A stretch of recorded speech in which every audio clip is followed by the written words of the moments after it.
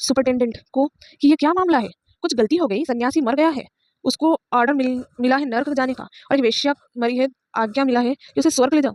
हम वापस लौट आए हैं, जल्दी से ठीक कर दे, कुछ भूल हो गई है। उस सुपरिटेंडेंट ने कहा कि तुम जरा नए नए काम पर आए हो तो तुम्हें कुछ पता नहीं है, ऐसा सदा से होता है। यह भूल ऑर्डर की नहीं है, यह भूल दुनिया में समझदारी की है। सन्यासी को अक्सर हमने नर्क भेजा और पढ़ा हमेशा उसे भेजा, और वेश्या को अक्सर स्वर्ग। उन्होंने कहा पागल हो गए हो, क्या कह रहे हो आप, यह कैसे नियम है, यह कैसे उल्टी बात, यह कैसे हो सकता है। तो उस प्रधान ने कहा तुम समझ लो, क्योंकि आगे तुमसे भूल ना हो, इस तरह बार बार होगा। अगर साफ है, वेश्या जब भी सन्यासी के मंदिर में घंटी की आवाज़ सुनती थी तो रोती थी अपने कमरे की भीतर बैठकर कि कब होगा वह धन्य दिन, कब मैं भी भगवान के मंदिर में प्रधान कब रखूंगी, कब उनकी प्रार्थना करूंगी। जब सन्यासी बाहर निकलकर था शांत गेरुआ वस्त्र में, सुबह से सूरज जैसे, तो वेश्या रोती थी, दूर से हाथ जोड़ती थी कि कब होगा वह दिन जब इतनी ही शांति में हो। कैसे गेरुआ वस्त्र, ऐसे ही आभूषण वस्त्र, ऐसे ही आभूषण आत्मा मेरी भी हो सके। जब सन्यासी आंखें नीची करके चलता था तो वेश्या सोचती थी कब मेरी आंखें भी धीर हो जाएगी, कब यह चंचलता मिटेगी, कब होगा वह दिन, परमात्मा कब होगा वह दिन। वह दिन रात रोती थी और आकांक्षा करती थी कि एक ऐसे दिन आएगा कब उसे जीवन में भी धर्म और संन्यास होगा। और जब वेश्या के घर में नुपुर बजते थे, वीणा पर तार चिरकते थे, वेश्या का नृत्य होता था और रंगीन लोग आते थे, कहते कि आवाजें उठाती, तब सन्यासी छाती पीटता था कि अब बड़ी भूल हो गई, पता नहीं वह कैसा आनंद लुटा जा रहा है। एक हम ही फंस गए, हम ही चुक गए, वह पता नहीं क्या होगा।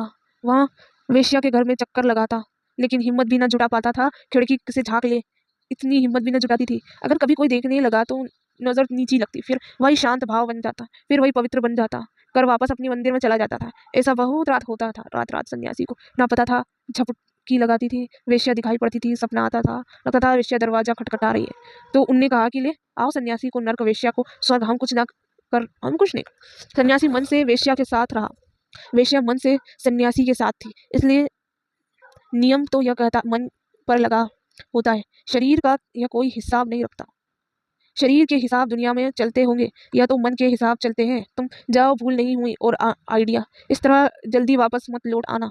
हाँ, कभी ऐसा हो कि सन्यासी को स्वर्ग आने की आज्ञा मिले और वेश्या को नर्क ले जाने की, तो एक दफ लौट कर पूछ जाना, तब भूल हो सकती है। अगर पड़ोसी को देखकर आप तुलना करेंगे तो शायद हीनता का भाव भीतर प्रवेश कर जाएगा, लेकिन किसी से तुलना मत करना, क्योंकि किसी का चेहरा हम नहीं जानते, और जानते हो तब भी तुलना की कोई ज़रूरत नहीं है, क्योंकि मैं हूँ, आप है। तुलना की ज़रूरत क्या है? तुलना बहुत घातक है, तुलना बिल्कुल ही घातक है, तुलना में कोई प्रयोजन नहीं है। एक वृक्ष छोटा है, एक वृक्ष बड़ा है, एक वृक्ष पर पीले फूल है, एक पर लाल फूल है, तुलना की क्या ज़रूरत है? मैं हूँ, आप है, हम सब अलग अलग है।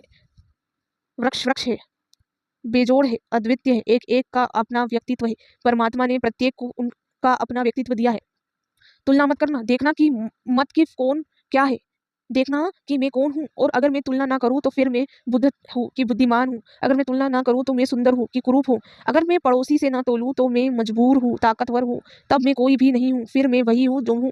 तुलना उपदाव खड़ी करती है। अगर मैंने तोला कि किसी से तो फिर मैं सुंदर बन जाऊँ, सुंदर बनूंगा तो अहंकार मजबूत होगा, तोला किसी से तो कुरूप दिखाई पड़ूंगा, कुरूप होऊंगा तो हीनता दिखाई पड़ेगी, दिन मालूम पड़ेगा। तोला किसी से तो लगेगा कि बहुत बहुत बुद्धिमान है, बहुत ज्ञानी है, मैं अज्ञानी हूँ तो रोऊंगा।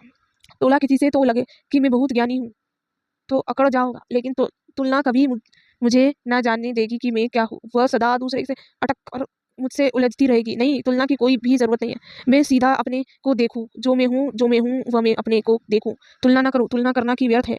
तो तब फिर मैं ना हीन हूँ, ना मैं महान हूँ, ना मैं शूद्र हूँ, ना मैं पुण्यात्मा हूँ, ना मैं पापी हूँ। तब तो जो मैं हूँ भयभीत हूँ, घृणा से भरा हूँ, हिंसा से भरा हूँ, प्रेम से भरा हूँ, अहिंसा से भरा हूँ, जो भी हूँ, जैसा भी हूँ, कुछ भी हूँ, वो मैं हूँ। और जब इस तरह हम तथ्य को देखेंगे तो तथ्य की बड़ी शांति है। तथ्य से बड़ा शक्तिशाली और कुछ भी नहीं लगता। जिस दिन मैं अपनी तथ्य को देखता हूँ, वह जो फैक्ट है मेरा, अगर मैं उसे पूरा पहचान लूँ, सब लेबल अलग कर दूँ, सब धोखे अलग कर दूँ और बड़ा पकड़ लूँ उसको कि यह रहा मेरा भय और मैं भयभीत आदमी हूँ, अगर यह मुझे साफ दिखाई पड़ जाए तो तब परिवर्तन शुरू हो जाएगा, क्योंकि कोई भी भयभीत नहीं रहना चाहिए। और मजे की बात यह है, जिसने यह पकड़ लिया और समझ लिया कि मैं भयभीत आदमी हूँ, यह भी अभ्य का एक कदम है, क्योंकि आपने को भयभीत जानना बहुत बड़ी हिम्मत की बात है, छोटी हिम्मत की बात नहीं है।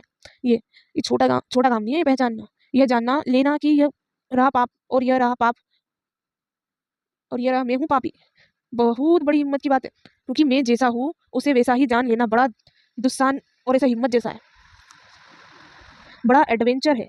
छाती दुखेगी, चारों तरफ से मन करेगा कि नहीं मैं ऐसा नहीं हूँ, बचने की कोशिश चलेगी, लेकिन अगर मैंने कोई कोशिश ना की और जान ली कि ऐसा मैं हूँ, इस तथ्य को पहचान लेना पहला कदम है जीवन के रूपांतरण का। और जैसे ही इस तथ्य को पहचान फिर इस तथ्य के साथ रहना, भागना मत, बिल्कुल मत भागना, उपयत मंत करना। भयभीत हूँ तो मैं ताकतवर कैसे हो जाऊं, मैं भयभीत हूँ तो मैं कौन सा ताबीज खरीदूं कि मेरा भय चला जाए, मैं भयभीत हूँ तो मैं किस गुरु को पकड़ूं कि निर्भय हो जाऊं। नहीं, लिव विद दी फैक्ट, वह जो है तथ्य, उसके साथ जीना, जानना कि मैं भयभीत हूँ, जानना कि मैं घृणा से भरा हूँ, जानना कि मैं क्रोध से हूँ, और रहना इसके साथ, क्योंकि भागने का कोई उपाय नहीं है, यह मैं हूँ। और अगर एक आदमी एक दिन भी अपने तथ्य के साथ रह ले तो उसे अपने भीतर के पूरे नर्क का बोध हो गया, अपने पूरे तथ्य उसने दिखाई पड़ेंगे और उसे लगेगा नरक कहीं जमीन में, पाताल में नहीं, वह मेरे भीतर है।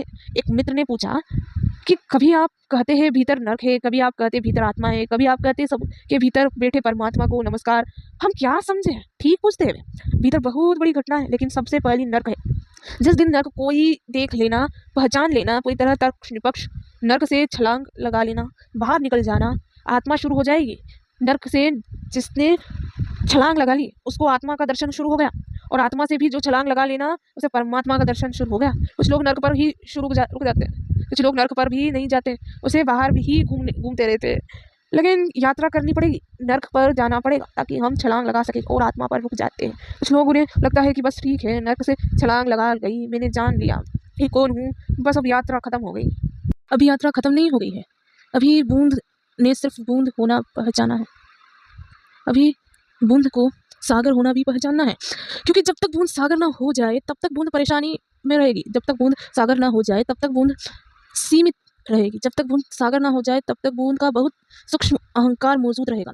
तो हाँ, अंतिम छलांग शून्य में है, जहाँ सब खो जाते हैं। आत्मा भी मेरी होना भी, तब फिर उस ही होना रह जाती है जो अस्तित्व में है, जो है और उस है वो जब कोई जानता है, उस है के साथ जब कोई जीता है, उस है के साथ जब कोई लीन होता है, तब समय के बाहर कालांतीत, तब मृत्यु के बाहर अमृत हो, तब अंधकार के बाहर अनंत आलोक का जागत शुरू हो जाता है।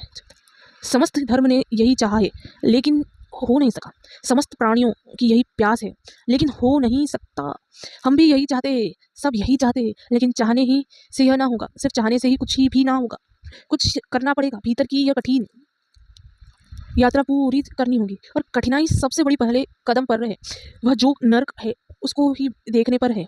हम उसी से बचकर उस नगर को लिपते पोतते लगेंगे, जहाँ लपट दिखाई पड़ती है वहाँ 4 फूल प्लास्ट के लकर बाहर से लगा देते हैं और कहते हैं लपट को